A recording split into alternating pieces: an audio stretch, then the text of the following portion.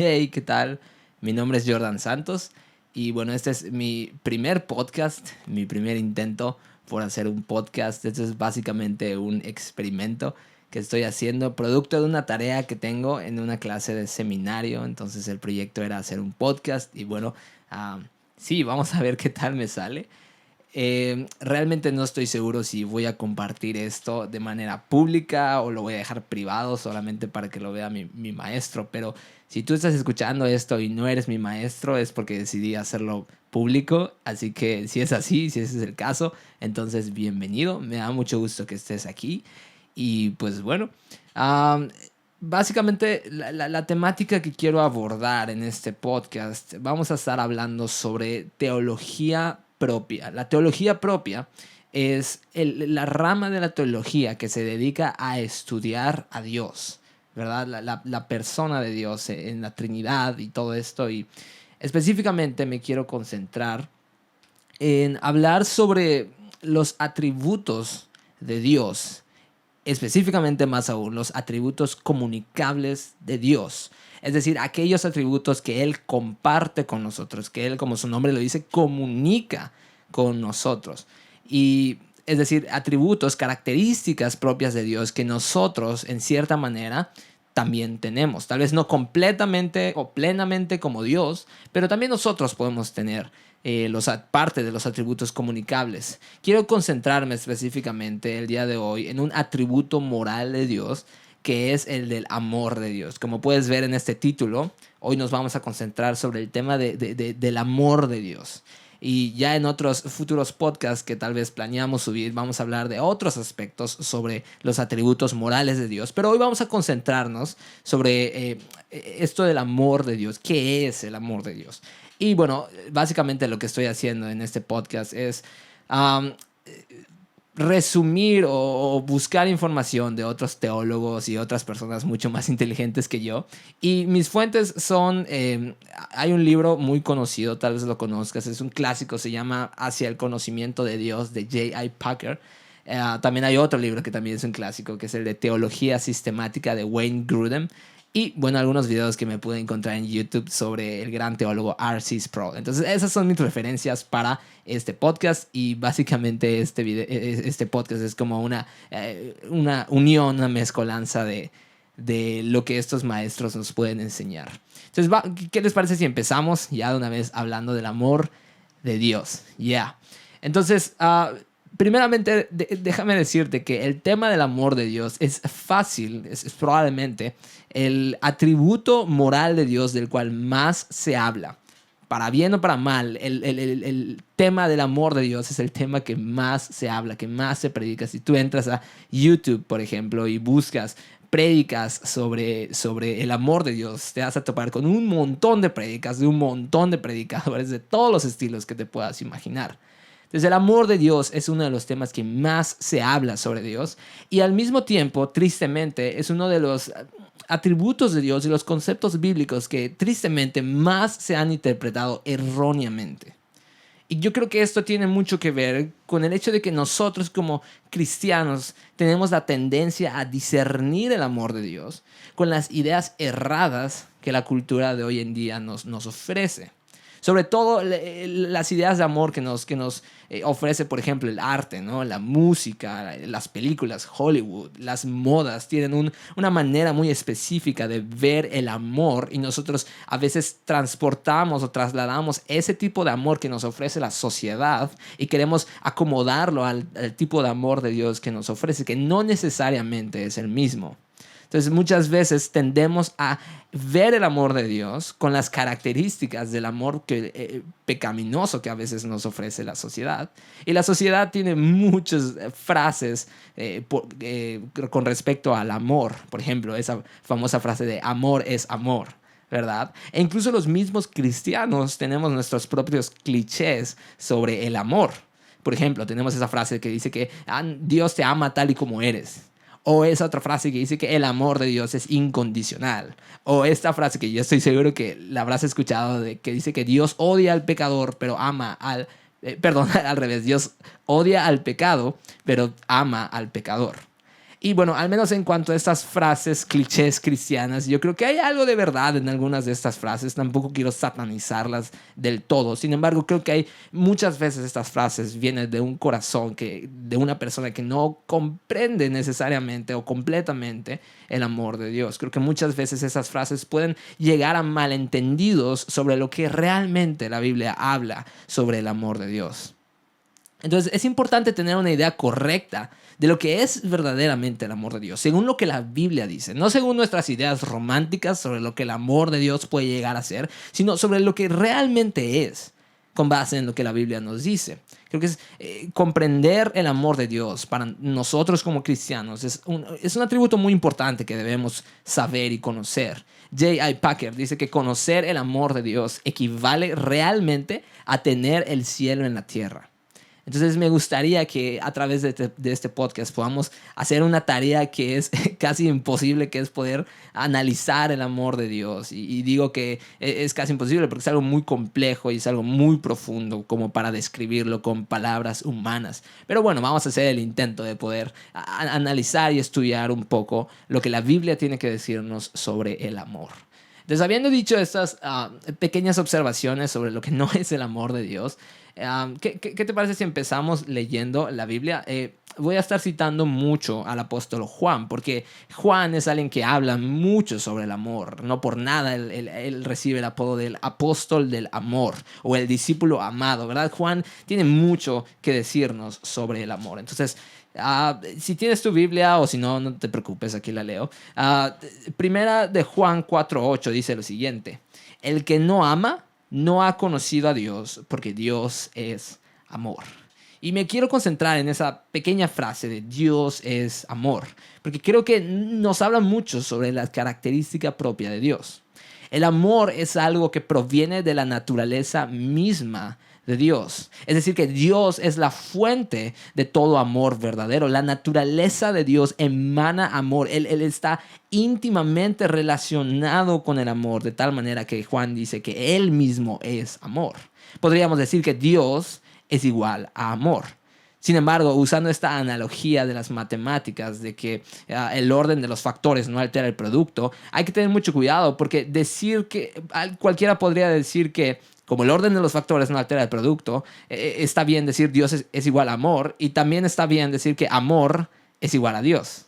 Intercambiar los factores. Pero en este caso eso no es muy bueno. Puede llegar a ser muy peligroso decir que amor es igual a Dios. Porque no cualquier sentimiento romántico de alguna persona tiene que venir de un corazón que conoce a Dios. No cualquier persona que siente algún sentimiento de amor hacia alguien necesariamente conoce a Dios. Sino que más bien lo que está hablando Juan es una expresión casi hiperbólica, es decir, exagerada, podríamos llegar a decir, sobre el concepto de Dios como amor. Juan lo usa como una expresión hiperbólica. Es decir, que él quiere decir que el amor de Dios es un atributo tan íntimo, tan cercano, tan personal, tan esencial de Dios, en el sentido de que describe tanto la esencia misma de Dios, que por eso podemos decir sin problemas que Dios es igual a amor. Es decir, todo lo que hace Dios gira en torno al amor de Dios. Es por eso que vale decir que Dios es amor. Ahora, busco el pasaje de Juan 17:24. Juan 17:24 dice esto. Es Jesús orándole a su Padre. Él dice: Padre, aquellos que me has dado, quiero que donde yo estoy, también ellos estén conmigo, para que vean mi gloria que me has dado, porque me has amado desde antes de la fundación del mundo. Jesús está orando a su Padre y Jesús dice: Padre, tú me has amado desde antes de la fundación del mundo. Es decir, que desde antes que Dios nos creara a nosotros, Dios ya era amor, porque el Padre amaba al Hijo, ¿verdad? Aún desde antes de la fundación del mundo. Y podríamos llegar a concluir que el Padre y el Hijo también amaban al Espíritu Santo. La Biblia no nos menciona un versículo en específico que diga esto, pero creo que no tendríamos problemas en aceptar que toda la Trinidad se amaba entre sí. El Padre amaba al Hijo, el Hijo amaba al Espíritu, el Espíritu amaba al Padre, y así sucesivamente, ¿verdad? El amor de Dios es trinitario. De hecho, el decir que Dios es amor es una grande prueba de su Trinidad. Porque para amar a alguien tú necesitas una persona que sea objeto de ese amor, ¿verdad? Tú necesitas que haya otra persona para amar a esa persona. Pero cuando no existíamos nosotros y no existía absolutamente nada y solo estaba Dios, Dios seguía siendo amor. ¿Por qué? Porque Dios se amaba a sí mismo. Entonces, aun cuando no existían personas que sean objetos del amor de Dios, Dios seguía siendo amor porque el Padre amaba al Hijo, el Hijo amaba al Espíritu, el Espíritu amaba al Padre y todos se amaban entre todos. Cada persona de la Trinidad procura dar gozo y felicidad a las otras dos, de tal manera que podemos decir una vez más, Dios es amor. Entonces, me gustaría hacer algunas pequeñas consideraciones sobre esta frase que Dios es amor, porque me parece muy importante. ¿Ok? Empezamos diciendo algunas pequeñas observaciones. Primero que nada, me gustaría decir que la expresión Dios es amor no encierra la verdad total acerca de Dios en lo que respecta a la Biblia. Déjalo repito. La expresión Dios es amor no encierra toda la verdad acerca de Dios en lo que respecta a la Biblia. Es decir, no se trata de una definición abstracta y aislada o independiente, sino que más bien esta frase es un resumen desde el punto de vista del creyente de lo que toda la revelación que aparece en la Escritura nos dice acerca de su autor. Es decir, esa no es una frase independiente que se dice a costa de otras características propias de Dios, sino que esta afirmación presupone el resto del testimonio bíblico acerca de Dios. No podemos decir que como Dios es amor, Dios es únicamente amor y no tiene otras características o no tiene otros atributos, o el hecho de que Dios sea amor está en contra de otros de esos atributos. Es perverso citar esta declaración de Juan como si ella pusiera en tela de juicio el testimonio bíblico sobre, por ejemplo, otras características de Dios, como por ejemplo la severidad de la justicia de Dios. Es perverso decir que porque Dios es amor, entonces Dios no es severo o no es justo. Y digo esto porque es muy popular hoy en día hacer énfasis únicamente en el atributo del amor de Dios y dejar a un lado, o casi incluso poner como si fueran contrarios al amor de Dios, otras características que la Biblia nos dice que Dios tiene. Entonces hoy en día tenemos una visión muy baja y muy limitada, en mi opinión, sobre lo que es verdaderamente el amor de Dios. De tal manera que eliminamos los demás atributos por darle tanta importancia o darle tanta prevalencia al amor de Dios. Eliminamos algunos otros atributos de Dios. De tal forma que para muchos el amor de Dios no es compatible, por ejemplo, con su justicia. No es compatible con su soberanía o con su santidad, con su celo. Sobre todo el amor de Dios para muchos no es compatible con su ira. Porque ¿cómo Dios puede ser un Dios de amor y amar a las personas y al mismo tiempo ser un Dios de ira y castigar a las personas? ¿No eso es contradictorio? Muchos piensan que sí. Pero la Biblia no nos habla de esto. Dios es un ser simple, en el sentido de que su esencia no está dividida en varias partes o en varios miembros como nosotros, sino que Dios es un solo ser. Es decir, su esencia es simple en el sentido de que sus atributos se relacionan entre sí. Dios tiene un amor, de tal manera que podríamos decir que Dios tiene, por ejemplo, un amor santo, o un amor justo, o un amor soberano. Un atributo se relaciona con otro, o un atributo no está separado de otro. No podemos decir que el amor de Dios no tiene nada que ver con la ira de Dios. Y me gustaría centrarme en una característica del amor de Dios, porque si algo es el amor de Dios, podríamos decir que es un amor santo. Y santo, muchas veces decimos santo y se nos viene a la mente, no sé, una imagen de una persona, una persona católica, ¿verdad? Con su aureola. Pero la Biblia habla de santidad en un término de que se refiere a una persona apartada. Alguien que es diferente, que es apartado para Dios. Y eso es el amor de Dios. Es diferente al amor que la sociedad o que cualquier otra persona te puede ofrecer. Es más alto, es más trascendental. El amor de Dios es puro, no es igual al amor que cualquier otra persona te puede dar. El amor de Dios no es un amor ordinario, sino que el amor de Dios es un amor santo. Me gustaría leer 1 de Juan 1:5. 1 de Juan 1:5 dice lo siguiente. Este es el mensaje que hemos oído de él y os anunciamos. Dios es luz y no hay ninguna tinieblas en él. Dios es luz, dice Juan. Y su amor también es luz. Entonces las ideas sentimentales de que el amor de Dios es pura blandura, indulgente y benevolente y que está divorciada de toda norma, de toda consideración moral, son ideas erróneas. Porque Dios es santo y porque Dios es amor, Él debe amar lo que es santo, Él debe amar lo que es bueno, Él debe amar lo que es justo, Él debe amar lo que es puro. Y cuando ama todo lo bueno, por ende debe odiar todo lo malo. Debe aborrecer todo lo que no es santo, lo que no es justo, todo lo que es pecaminoso. Entonces, porque Dios es bueno y Dios es amor, Él debe odiar lo malo. Dios ama la justicia y odia la iniquidad. Y Dios quiere que sus hijos sean, como dice Mateo 5:48, perfectos, como su Padre que está en los cielos es perfecto. Entonces hay que tener mucho cuidado con no divorciar el atributo del amor de Dios con otros atributos propios de Dios. Déjate pongo un ejemplo. Una vez estaba hablando con una señora que decía que ella no creía en el infierno. Porque ¿cómo es posible que un Dios bueno mande al infierno a algunas personas? Y en un principio la idea suena lógica, ¿no? Suena bonito decir que Dios no va a enviar a nadie al infierno. Suena bonito decir que todos se van a salvar y todos van a ir al cielo. Pero eso no es lo que la Biblia nos enseña.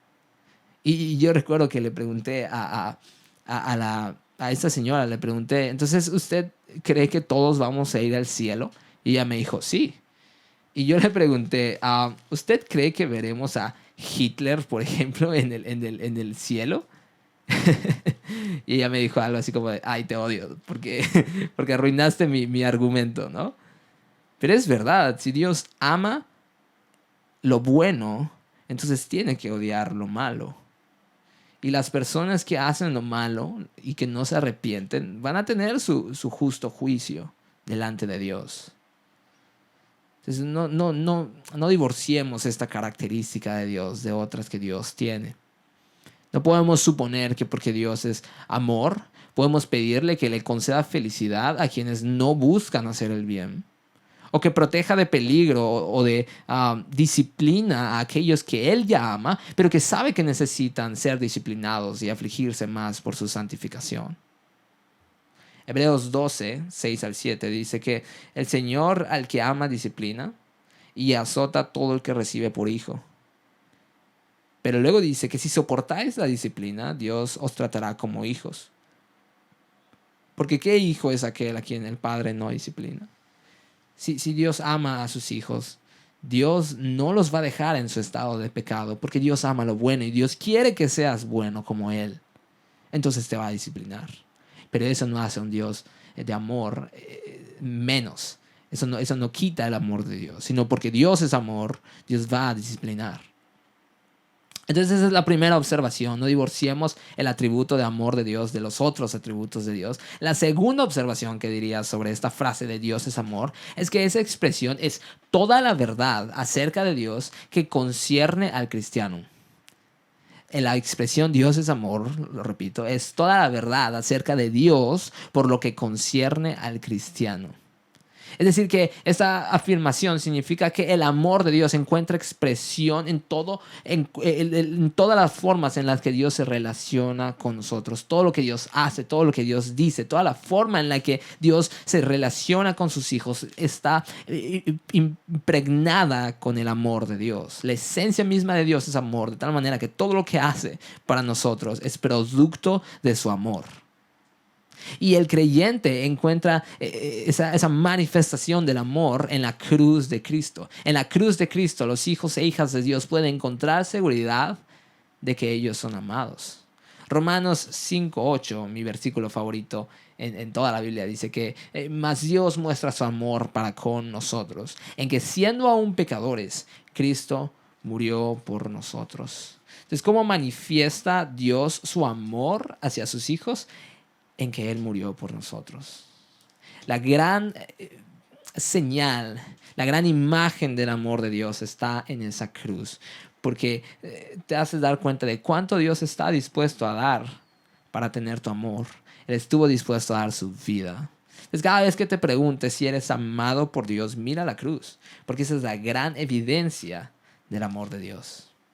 Romanos 8:28 dice: y sabemos que a los que aman a Dios, todas las cosas les ayudan a bien. Esto es, a los que conforme a su propósito son llamados.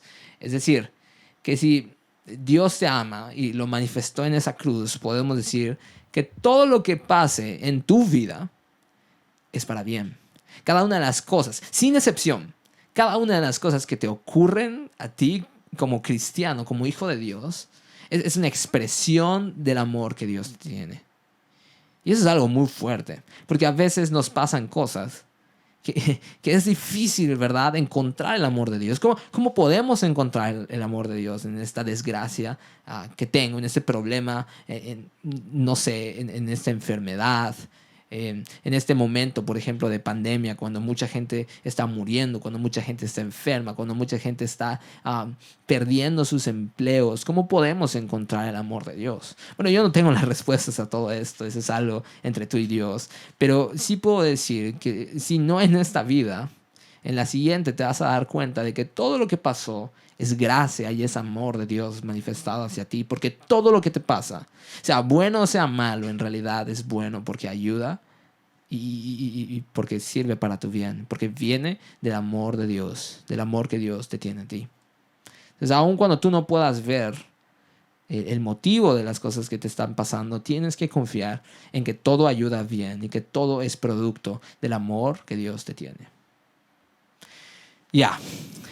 Entonces, habiendo dado esas observaciones sobre la frase Dios es amor, me gustaría continuar definiendo el amor de Dios. Sí, ya vimos a Dios como amor, pero ¿qué es realmente el amor de Dios? ¿Cómo podemos definir un concepto que es un tanto abstracto y un tanto complicado de definir? Bueno, creo que J.I. Packer lo define de una manera muy completa y me gustaría quedarme en esa definición porque es bastante, yo digo, bastante completa. Entonces lo que vamos a hacer es, les voy a leer la definición de Packer y vamos a ir como desglosando cada concepto o cada elemento que él menciona para poder entenderlo de una mejor forma. Entonces, el amor de Dios, él dice, es el ejercicio de su bondad para con los pecadores individuales, por el cual, habiéndose identificado con el bienestar de los mismos, ha dado a su Hijo para que fuese su Salvador, y ahora los induce a conocerlo y a gozarse en él en una relación basada en un pacto. Yo sé que esa definición está algo larga, pero vamos a verla pedazo por pedazo para poder entenderla. Packer empieza diciendo que el amor de Dios es un ejercicio de su bondad. ¿Okay? Entonces, ¿qué es la bondad de Dios? Bueno, Louis Berkhoff, en su famoso libro de Teología Sistemática, él menciona que la bondad de Dios es esa perfección en Dios que lo lleva a tratar generosa y amablemente a todas sus criaturas conscientes como tales. Entonces, el ejercicio del amor de Dios es la bondad de Dios manifestándose para tratar generosa y amablemente a sus criaturas.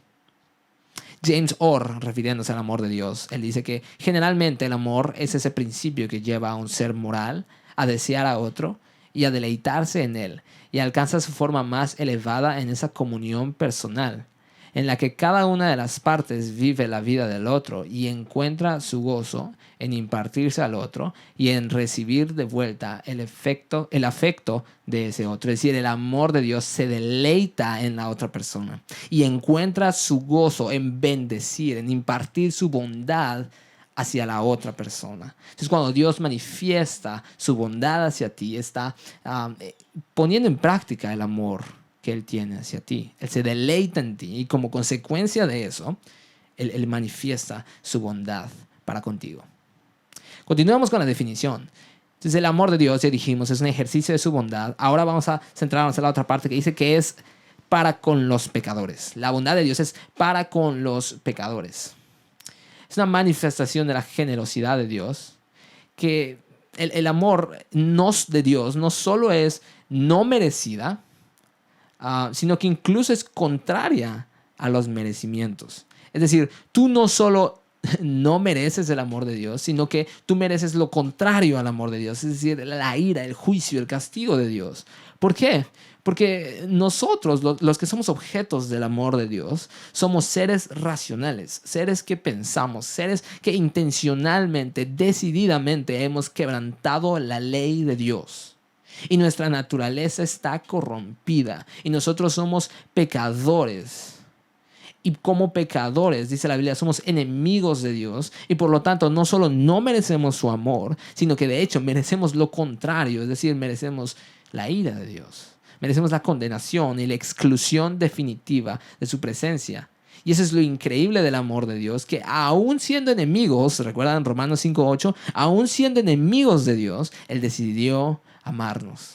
Y eso es algo que no encuentras en la humanidad. Es un tipo de amor que no encuentras en cualquier otra persona. Porque entre la humanidad, entre los hombres, el amor lo despierta algo en el ser amado, ¿verdad? Pero el amor de Dios es libre, es espontáneo, inmotivado, incausado. Es decir, por ejemplo, el amor entre un esposo y entre una esposa. Yo no estoy casado, entonces realmente nunca he sentido ese amor. Y bueno, voy a tratar de decir eso sin llorar. No, no es cierto.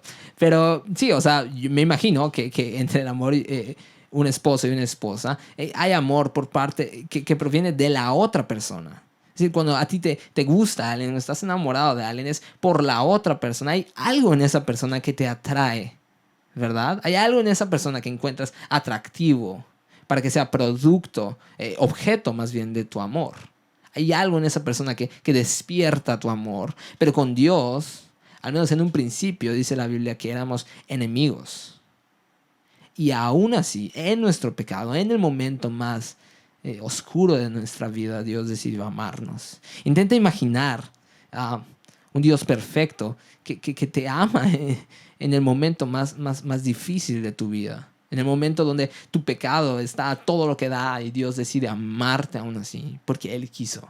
Entonces Él tuvo la primera intención, la iniciativa de amarte. Charles Wesley, el famoso escritor de himnos, hermano del teólogo John Wesley, él dice lo siguiente: nos ha amado porque quiso amar.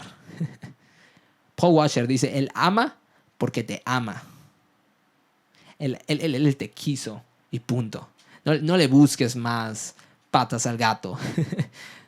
Él te ama porque quiso amarte. No porque haya encontrado algo en ti, no porque haya visto que vas a recibir su amor de una manera positiva, no porque eres talentoso o guapo o guapa. Él te ama porque quiso amarte. Y ese es un amor que no encuentras en este mundo, porque es un amor incausado. Es un amor que Él quiso dar porque sí, por el puro afecto de su voluntad, dice la Biblia. Y los escritores del Nuevo Testamento tuvieron que introducir una palabra nueva en el vocablo griego para poder definir correctamente el amor de Dios, que es esta palabra ágape. Porque los dioses de ellos, de los griegos, no manifestaban este amor. Vemos, por ejemplo, a Zeus, que se enamoraba lujuriosamente de alguna mujer, pero nadie de ellos manifestaba el amor como el amor que conocemos de Dios, ¿verdad? Entonces ellos, los escritores del Nuevo Testamento, introducen esta nueva palabra, ágape, que es el amor de Dios. Entonces, volviendo a la definición, continuando con la definición, decimos que el amor de Dios es un ejercicio de su bondad para con los pecadores individuales. Vamos a concentrarnos en esa última palabra, individuales. Yo estoy viendo un programa de vez en cuando con mi familia, que es de esos reality shows donde es un concurso de canto, ¿verdad? Donde hay personas que audicionan y hay unos jurados que los dejan entrar al concurso y luego compiten entre sí para ver quién es el que tiene la mejor voz, quién canta mejor, y hay un premio y todo esto, ¿verdad? Pero esta versión que yo estoy viendo es la versión Kids, o sea, es para niños. Entonces es muy tierno ver a niños que cantan muy bien. Y siempre los coaches, los jurados, siempre dicen palabras muy bonitas a cada niño. Siempre le dicen, eres muy especial, o te ves muy bien, o eres muy tierno, o cantas muy bien. Y como que a todos les manifiestan su amor. Pero el hecho de que a todos los manifiestan su amor, al menos yo pienso, como que los hace dejar de ser especiales. Porque lo que les dicen a un niño es casi lo mismo que le dicen al otro niño y lo que le dicen al otro niño. Y es como que el amor se manifiesta a todos, pero en particular como que nadie resalta de los demás, porque todos son amados, ¿no? Pero el amor de Dios no es un amor difuso y vago que se manifiesta con todo el mundo en general, pero que no se manifiesta con nadie en particular, sino que el amor de Dios, al ser omnisciente y omnipotente, lo lleva a particularizar el objeto del amor y los efectos de ese amor.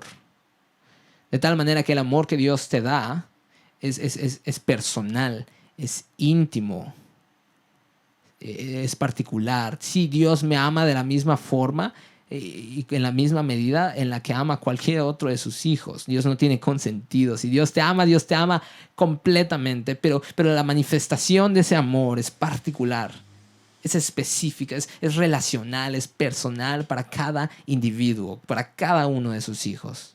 Y eso tiene mucho que ver con la elección y selección de aquellos a quienes Él había de bendecir y la designación de los beneficios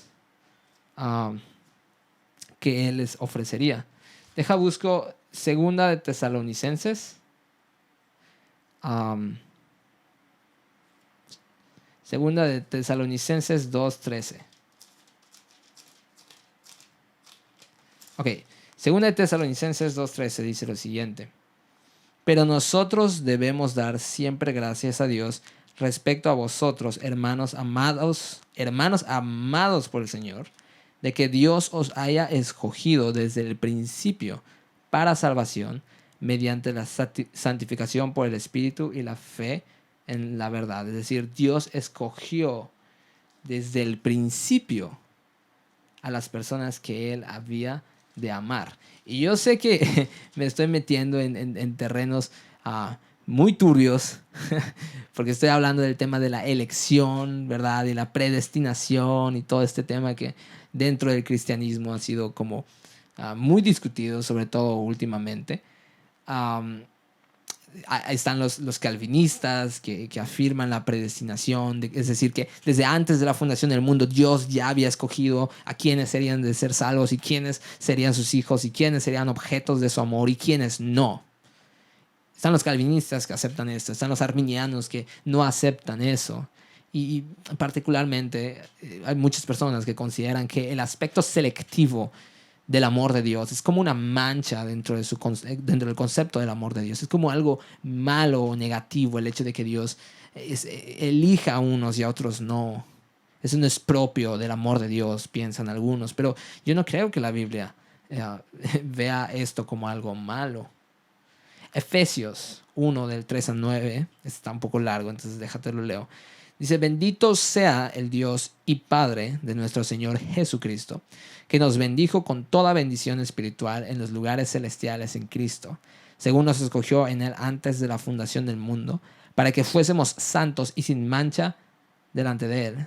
En amor, habiéndonos predestinado para ser adoptados hijos suyos por medio de Jesucristo, según el puro afecto de su voluntad, para alabanza de la gloria de su gracia, con la cual nos hizo aceptos en el amado, en quien tenemos redención por su sangre, el perdón de pecados, según las riquezas de su gracia, que hizo sobreabundar para con nosotros en toda sabiduría e inteligencia, dándonos a conocer el misterio de su voluntad, según su beneplácito, el cual se había propuesto en sí mismo. Me gusta, para muchos el tema de la predestinación es algo que no es bíblico, pero me gusta cómo lo menciona Sproul, R.C. Sproul. Dice que si tú quieres ser bíblico en tu teología, tienes que tener una idea concreta sobre la predestinación, porque esta es una palabra que no fue introducida por Martín Lutero o Juan Calvino, sino que es una palabra que Pablo mismo menciona en la Biblia, ¿sí? Efesios 1:5 literalmente dice que Dios nos predestinó para adopción. Entonces, para mí no hay duda sobre este tema de la predestinación y sobre el hecho de que Dios desde antes que hayas nacido te escogió para amor, ¿verdad? Y el versículo 4 dice que nosotros somos bendecidos en Cristo Jesús. Que Él nos... sí, Él nos escogió, Dios nos escogió en Él, o sea, en Cristo Jesús. Y eso es algo muy importante porque, es decir, Dios nos ama porque nos ama, lo dijimos antes, sí, pero también es válido decir, y creo que es aún más válido decir que Dios nos ama porque ama a su Hijo Jesús. El objeto principal del amor de Dios no eres tú, sino que es el Hijo. Y la elección de los cristianos que iban a ser amados por Dios se da como consecuencia del amor que el Padre le tiene al Hijo. Entonces Dios nos ama porque ama a Cristo Jesús. Y cuando nos ve, Él ve las obras perfectas de Cristo Jesús y entonces nos ama. Dios nos ama porque ama a su Hijo. Entonces surge la pregunta, ¿es injusto por parte de Dios escoger a unos para salvación, escoger a unos para recibir su amor y a otros no? Yo no creo. Porque todas las personas, sin excepción, dice la Biblia, no hay justo ni aun uno, y todas las personas merecen la ira de Dios. ¿Recuerdas lo que decíamos? Que no nomás no merecemos el amor de Dios, sino que merecemos la ira de Dios. Todos nosotros, tú y yo, sin excepción, merecemos la ira de Dios.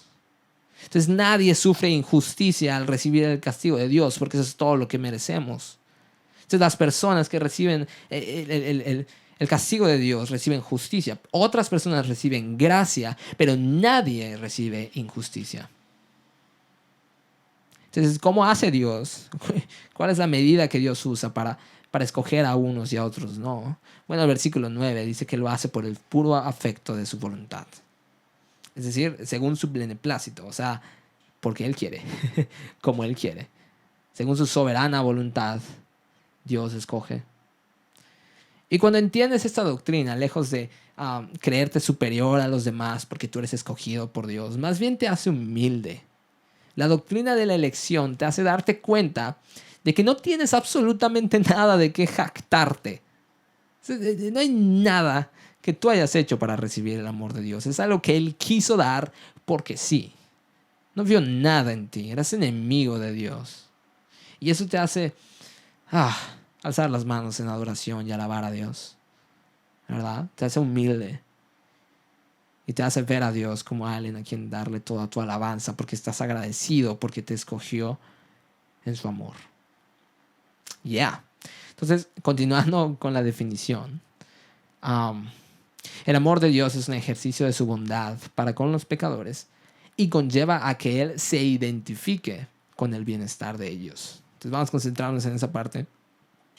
Dios se identifica con el bienestar de nosotros. Se me hace la idea más loca de todas sobre el amor de Dios. Que Dios se identifique con nuestro bienestar. Los que realmente aman a alguien solo están contentos cuando aquellos a quienes aman están verdaderamente contentos también. Tú estás feliz cuando tu amado o tu amada está feliz. Y con Dios es lo mismo. Entonces, Dios centra su amor a la humanidad y al hacer eso, Él voluntariamente, intencionalmente, libremente ha ligado su propia felicidad, ha unido su propia felicidad definitiva con la de nosotros. Dios ha intencionalmente unido su felicidad con nuestra felicidad. Y sé que eso suena raro, pero no es por nada que la Biblia habla constantemente de Dios como un padre o como un esposo. Y yo te pregunto, ¿tú crees que un padre estaría en paz y estaría feliz si han pasado varios días y ve que su hija no llega a la casa? ¿Crees que un esposo estaría en paz o estaría gozoso, estaría de fiesta si su esposa estuviera en cama gravemente enferma a punto de morir? No, ¿verdad? Cuando amas a alguien y esa persona no es feliz, tú también eres infeliz. Porque tu felicidad está ligada, está unida ahora a la de esa persona. Y Dios hace lo mismo. Y no es que Dios nos necesite, pero Él ha decidido Por su libre elección, Dios ha decidido que ya no va a conocer la felicidad perfectamente y permanentemente mientras no nos haya llevado al cielo con Él. Entonces, cuando tú lloras, Dios también se entristece. Y cuando tú estás feliz, Dios también está feliz. Tu felicidad está unida de manera tan cercana e intensa con la felicidad de Dios. Y de ahora en adelante hasta la eternidad, su felicidad está condicionada por la nuestra. Es tan increíble que no parece real, ¿verdad? El amor de Dios liga su felicidad con la nuestra. Es por eso que cuando, de tal manera que Dios salva para tu bendición, para su gloria, pero también para su felicidad. Es por eso que cuando la Biblia dice que cuando un pecador se arrepiente hay fiesta en el cielo. Porque Dios ha salvado a alguien más y Dios es feliz cuando hace eso. Lucas 15:10 dice lo siguiente.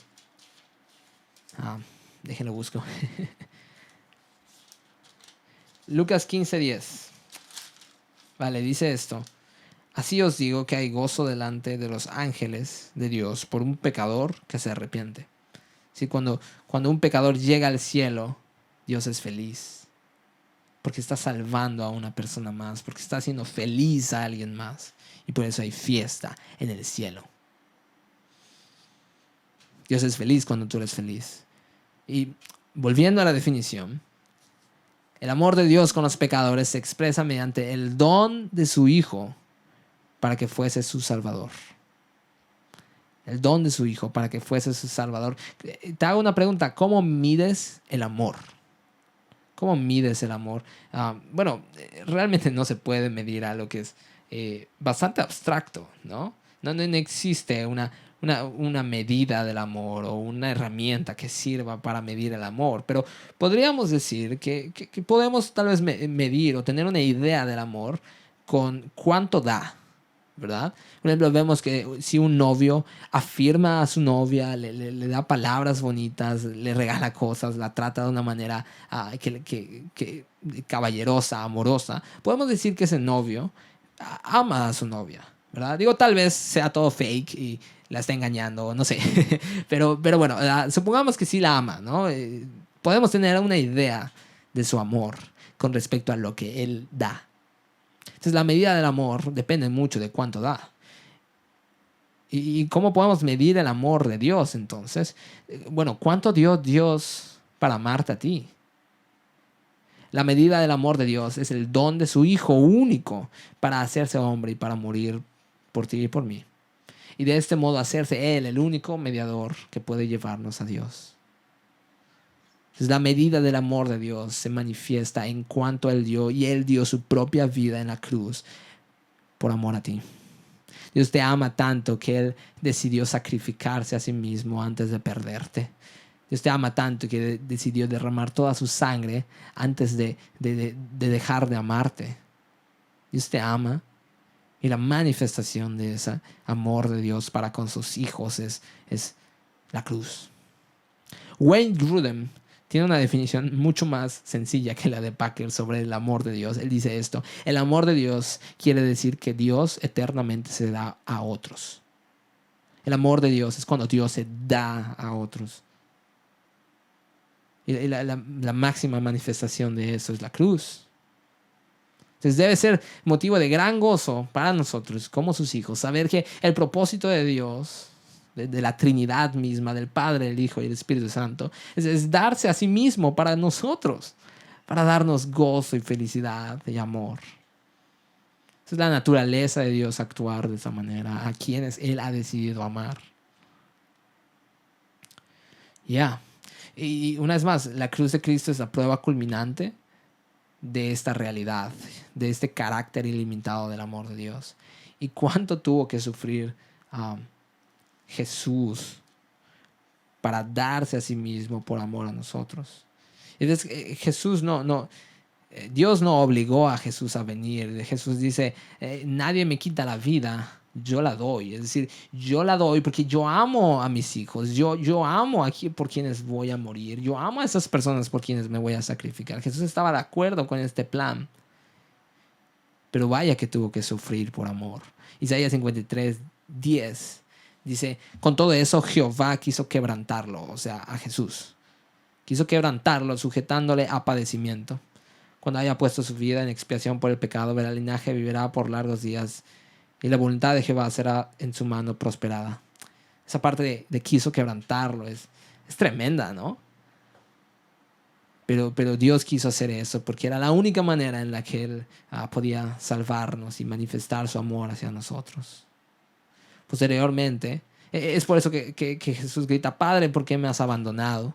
Porque Jesús toma nuestros pecados y Dios ya no puede ver a Jesús por nuestro pecado. Pero era la única forma para poder manifestar su amor hacia nosotros. Posteriormente, Jesús dice, consumado es, ¿verdad? Y luego dice, en tus manos encomiendo mi espíritu. Es decir, que ahora ya puede ir de vuelta con el Padre. Ahora ya puede volver al amor del Padre porque se encomienda a Él. Y todo eso tuvo que pasar Jesús por amor a nosotros. Ya. Entonces, el amor de Dios se encuentra completamente manifestado, plenamente manifestado en la cruz de Cristo y en el sufrimiento de Jesús por nosotros.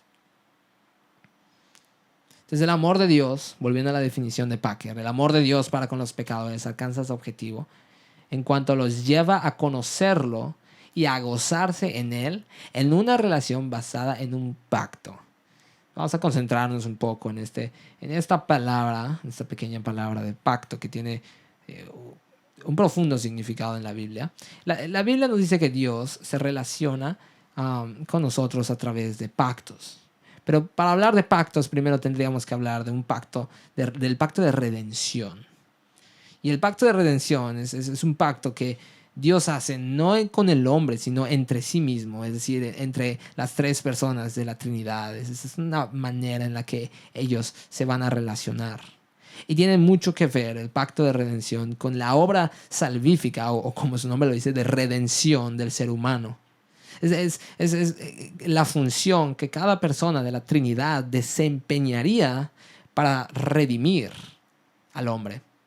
De tal manera que el Padre es quien envía al Hijo a la tierra.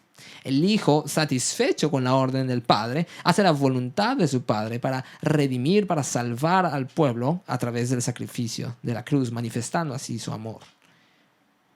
Y por último, el rol del Espíritu Santo es el de aplicar la obra de Cristo a sus hijos. La obra de redención, entonces, es una obra trinitaria en donde todos cumplen un rol para la redención, para la salvación de nosotros, de sus hijos, ¿verdad? Juan 3:16, probablemente el versículo más conocido de toda la Biblia, porque de tal manera amó Dios al mundo que envió a su Hijo unigénito para que todo aquel que le cree no se pierda, mas tenga vida eterna. Entonces, la razón de este plan de redención, la razón por la que Dios envió a su Hijo, dice Juan 3:16, es porque Él ama al mundo, Él ama a las personas que están en el mundo. Una vez más, hay que enfatizar que el objeto del amor de Dios es el Hijo. Es decir, Dios te salva porque Él ama al Hijo. Dios te salva porque te ama a ti, pero principalmente Él salva porque ama al Hijo. Mateo 3:17 dice lo siguiente. Hubo una voz de los cielos que decía, este es mi Hijo amado en quien tengo complacencia. Es decir, el Padre se complace en el Hijo. Y al amar al Hijo, Él te ama a ti. Entonces, el eterno amor de Dios está fundamentado en el amor hacia el Hijo. De tal manera que cuando Él nos ama, nos adopta. Y ser contados entre la familia de Dios es un privilegio que solo puede venir de la gracia de Dios. Y entonces ese es el pacto de redención. Un pacto que se hace entre las tres personas de la Trinidad para poder salvar al hombre. Ahora, hablemos de un segundo pacto, que es el pacto de gracia, ¿sí? Pero primero me gustaría definir en realidad qué es el pacto. El pacto es una relación en donde dos partes están obligadas permanentemente la una con la otra en un mutuo servicio y dependencia. El pacto es básicamente un trato que se hace entre dos partes, en las que si uno cumple la parte del pacto, el otro va a dar el recibimiento que se merece por cumplir el pacto. Hablando del tema del amor y pactos, podremos mencionar, por ejemplo, el matrimonio. El matrimonio se hacen los pactos, ¿verdad? Matrimoniales, en donde se promete fidelidad y que van a estar aún en la dificultad, aún en la enfermedad, hasta que la muerte los separe, ¿verdad? Ese es un pacto. Y la Biblia dice que Dios se relaciona con el ser humano a través de pactos. Y vemos varios pactos. De hecho, hay otro que no he mencionado, que es el pacto de obras, que es el pacto que Dios hace con Adán y Eva, de que no iban a comer del fruto del árbol, ¿verdad? Y desobedecen. Y ese pacto pues ya no funciona, se echa a perder. Entonces empieza lo que es el pacto de gracia.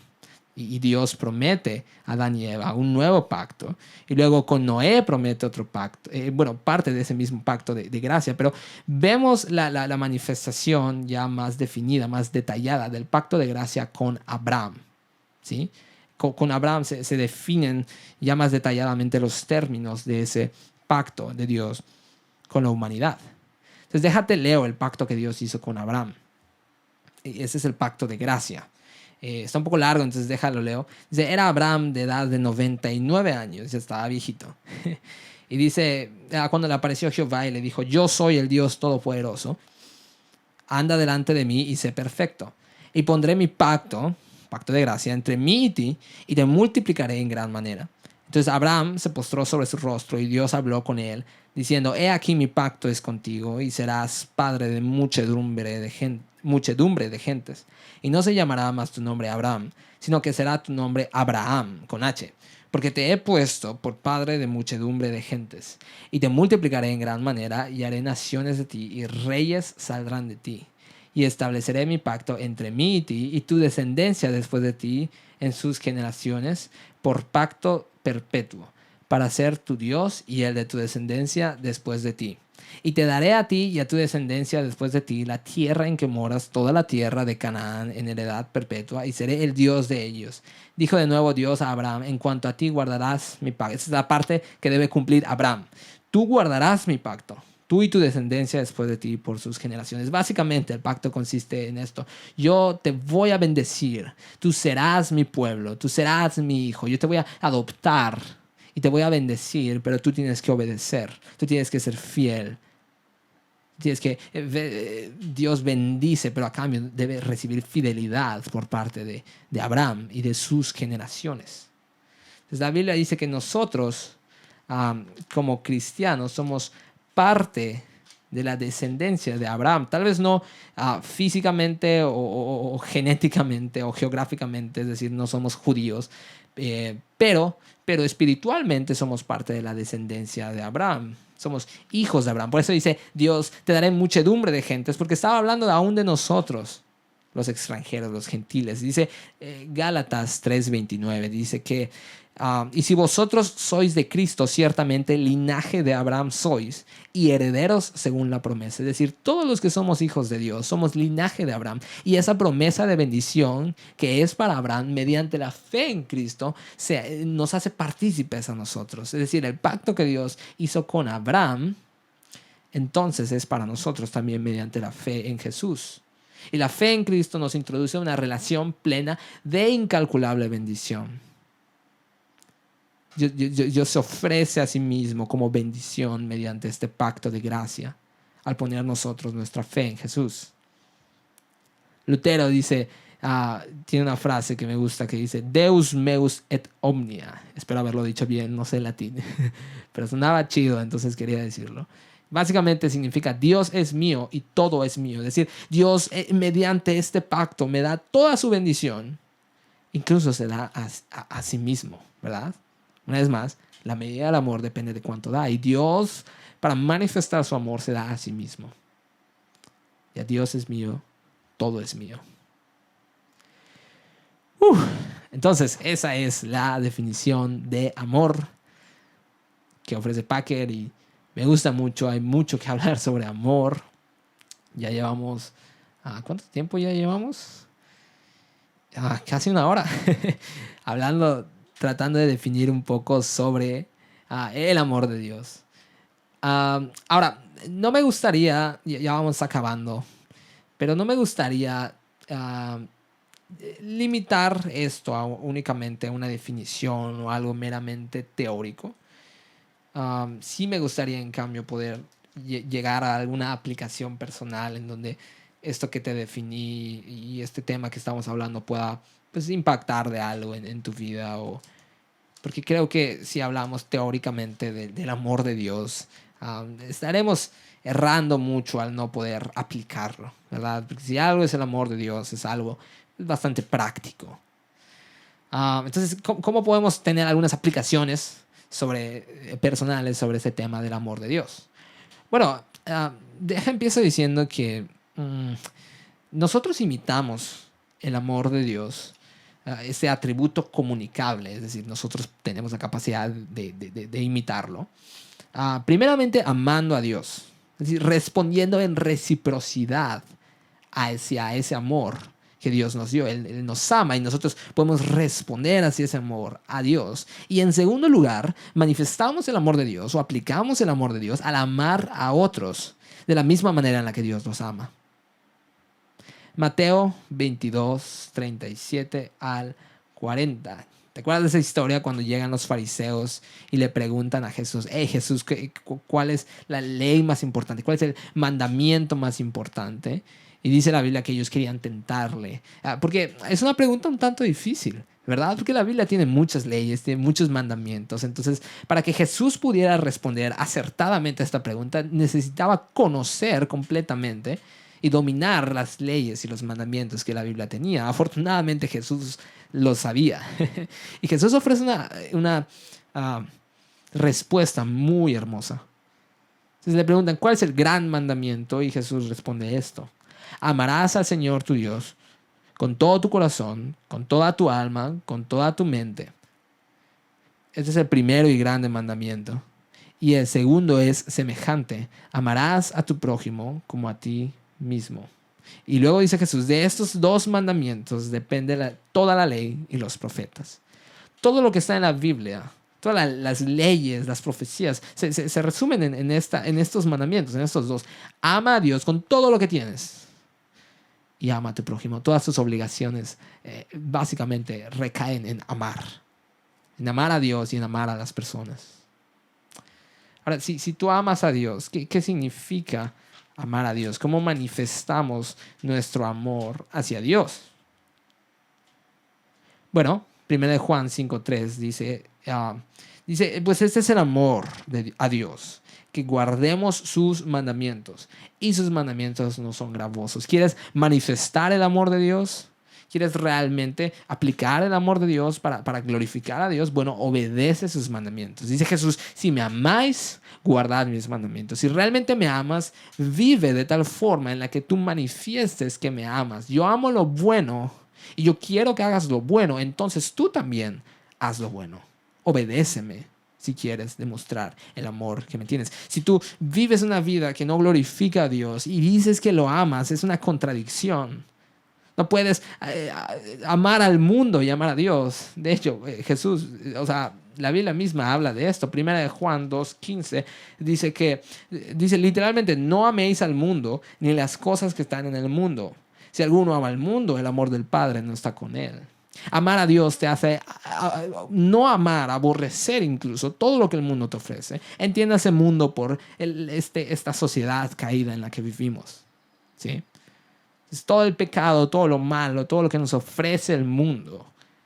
Ya no lo amamos porque ahora amamos a alguien más grande. Porque ahora estamos enamorados de Dios. Y porque nuestro amor hacia Dios es más grande que lo que incluso nosotros amamos a nosotros mismos. Entonces, si quieres amar a Dios, manifiéstalo obedeciendo a Dios. Ama a Dios, no ames al mundo. Y recuerda siempre que la razón por la que amas a Dios no es por una iniciativa que tú hayas tenido, sino porque Dios intencionalmente, primariamente, decidió dar el primer paso.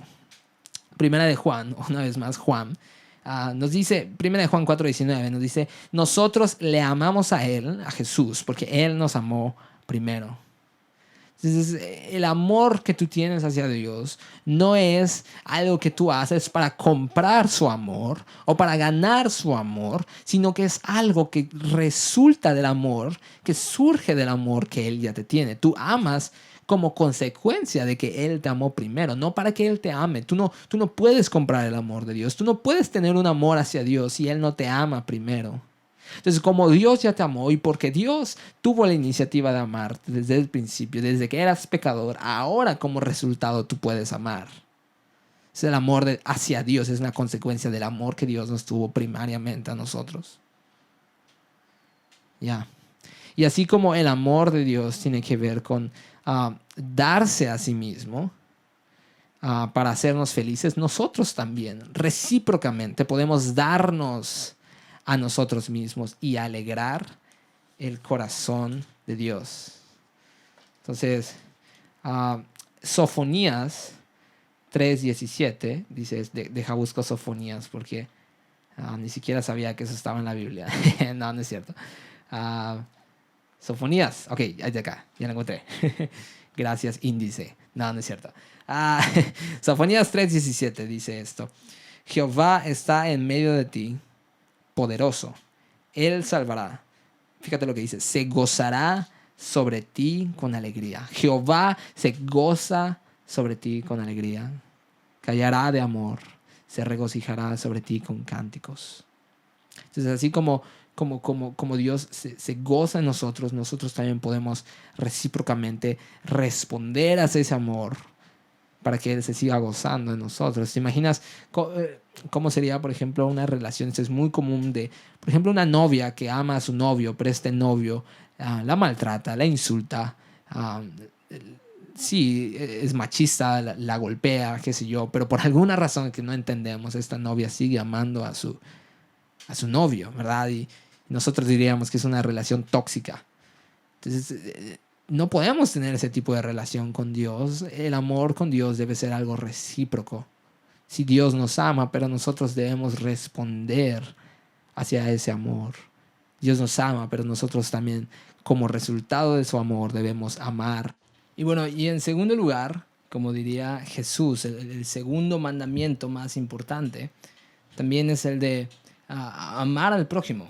Nuestra imitación del amor de Dios también se ve en la manera en la que nosotros amamos a los demás, en la manera en la que nosotros amamos a nuestro prójimo. Primera de Juan, una vez más Juan, 4:11 dice lo siguiente. Amados, si Dios nos ha amado así, debemos también nosotros amarnos unos a otros. Entonces, como consecuencia de ese amor, nosotros debemos compartir ese amor hacia los demás. Si Dios nos ha amado de esta forma, entonces que se vea también como a nosotros amamos a los demás. Y sobre todo que ese amor se vea manifestado en la comunidad de creyentes. Y digo esto porque muchas veces creo que aún entre los cristianos, muchas veces incluso nosotros mismos nos tiramos hate entre nosotros, ¿no? O sea, alguien sube alguna imagen a Facebook, por ejemplo, sobre, no sé, un tema de doctrina y luego vemos luego comentarios de cristianos de no, está mal, no debes bautizar a los niños, ¿no? O algo así, o sí debes bautizarlos. Y nos tiramos piedras entre nosotros y muchas veces el mundo no se ve, no es tan evidente el amor que tenemos entre nosotros como cristianos, sino que muchas veces nos aferramos a muchas de nuestras diferencias doctrinales que muchas veces no tienen tanta importancia. Así que el amor de Dios se vea, que nos conozcan a los cristianos como una comunidad de personas que se aman entre sí, porque somos parte de la misma familia. Juan 13:35 dice lo siguiente. En esto conocerán que todos que sois mis discípulos, si tuviereis amor los unos con los otros. Que el mundo conozca a los discípulos de Cristo con el amor que Él mismo tuvo. Que amemos a los demás como Dios amó al mundo. Y esto no es algo que debe discriminarse únicamente o dedicarse únicamente para los cristianos. No debemos amarnos únicamente entre cristianos, sino que es algo que debemos hacer con todo el mundo, con todos nuestros prójimos, aún hasta con nuestros enemigos. Mateo 5:44 dice que, dice Jesús: amad a vuestros enemigos, bendecid a los que os maldicen, haced bien a los que os aborrecen, orad a los que por los que os ultrajan y os persiguen. Esas personas que no te caen muy bien, o esas personas que no les caes muy bien, tus enemigos, ámalos también. Porque cualquiera puede amar a sus amigos, pero el amor de Dios se manifiesta y se ve notoriamente cuando amas a tus enemigos. Que no ese es el amor que Dios manifestó sobre nosotros. Una vez más, Romanos 5:8, más Dios muestra su amor para con nosotros en que siendo aún pecadores, siendo aún enemigos, Él murió por nosotros. Siendo enemigos, Él nos dedicó su amor. Entonces nosotros tenemos que imitar ese amor y amar también a quienes no nos aman. Entonces, si queremos imitar completamente el amor de Dios, amemos a todos, aún hasta nuestros enemigos. Y ahora sí, prometo que ahora sí ya estoy acabando. Romanos 5:5, me gustaría cerrar ya leyendo Romanos 5:5. Dice que la esperanza no avergüenza, dice Pablo, porque el amor de Dios ha sido derramado en nuestros corazones, fíjate, por el Espíritu Santo que nos fue dado. El amor de Dios fue derramado por el Espíritu Santo. Experimentar el amor de Dios, concluyo diciendo esto, experimentar el amor de Dios debe ser parte de la vida cristiana normal. Experimentar el amor de Dios no es algo que Dios le da únicamente a los más espirituales o a los que son sus consentidos. Dios no tiene consentidos y el amor de Dios es algo que viene a todos. ¿Por qué? Porque es algo que viene de su mismo espíritu.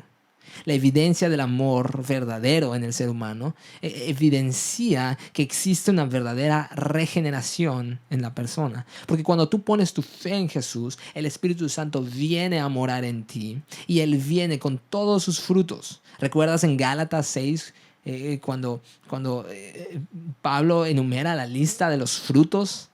¿Verdad? Que hay en el Espíritu Santo, que el Espíritu Santo manifiesta en las personas. ¿Recuerdas eso? El primer fruto, ¿cuál es? El amor. Entonces, cuando el Espíritu viene a morar en ti, Él ya te da, ya te proporciona esos frutos. El amor no es algo que tú debes luchar para ganar, para obtener. Es algo que viene por default cuando Jesús mora en ti, cuando el Espíritu mora en ti, cuando pones tu fe en Jesús, esos frutos ya están en ti. Son algo que vienen de Dios para ti. Es un regalo de Dios para ti. Entonces, úsalo para amar a los demás. Usa el amor para amar a Dios. Apreciemos esos dones del Espíritu Santo, porque muchas veces en la iglesia nos hemos vuelto obsesivos, ¿verdad? Hoy en día con los ministerios esporádicos y llamativos y no universales del Espíritu Santo. Siempre escuchamos, por ejemplo, en iglesias que digan que el Espíritu Santo descienda, ¿verdad? Y haya un avivamiento y fuego de Dios que caiga sobre nosotros. Y no digo que necesariamente sea algo malo eso, pero creo que muchas veces ha prevalecido mucho más el interés por estos ministerios esporádicos del Espíritu que por el ministerio común y general y constante del Espíritu de Dios, como lo son sus frutos. Entonces, apreciemos los frutos del Espíritu Santo, apreciemos el amor que el Espíritu de Dios nos da. J.I. Packer dice que el verdadero avivamiento consiste en que Dios restaure en su iglesia un ferviente anhelo de que el Espíritu derrame el amor de Dios en nuestro corazón con más poder. El verdadero avivamiento tiene que ver con una conciencia del amor de Dios. ¿Te imaginas cómo sería tu iglesia si todos estuvieran conscientes de cuánto Dios los ama? ¿Te imaginas cómo sería tu iglesia si todos amaran a su prójimo y amaran a Dios de una manera tan intensa? ¿Te imaginas cómo sería tu vida si estuvieras consciente todos los días de cuánto Dios te ama? Entonces, cierro diciendo que si tú estás aquí y eres hijo de Dios y a veces tal vez dudas del amor que Dios te tiene, mira la cruz. Porque esa es la manifestación más grande del amor de Dios. Entonces seamos conscientes del amor de Dios y apliquemos ese amor para amar al mismo Dios y para amar a nuestro prójimo. Y si por alguna razón extraña que tú estás aquí y tal vez no te identificas como cristiano y por alguna razón estás escuchando este podcast, tú también puedes ser amado por Jesús. Pon tu fe en Él, corre a Él y recibirás y experimentarás el tremendo amor de Dios. Ya. Entonces, creo que eso ya sería todo por hoy. Muchas gracias por haber escuchado este podcast. Muchas gracias a las 2, 3 personas tal vez que lo escuchen, tal vez mi maestro y mi mamá nomás. o si estás aquí y también lo estás escuchando, qué chido, gracias por estar aquí, por haber escuchado, es un honor. Y nada, espero que puedas estar más consciente del amor que Dios tiene para ti y que todo esto haya sido de bendición para tu vida y nada, o sea, síguenos, sigue viéndonos. Creo que vamos a sacar los 2 podcasts más y luego van a estar disponibles. Entonces, ya, muchas gracias por haber venido y nos vemos para la próxima. Mucho gusto y hasta luego.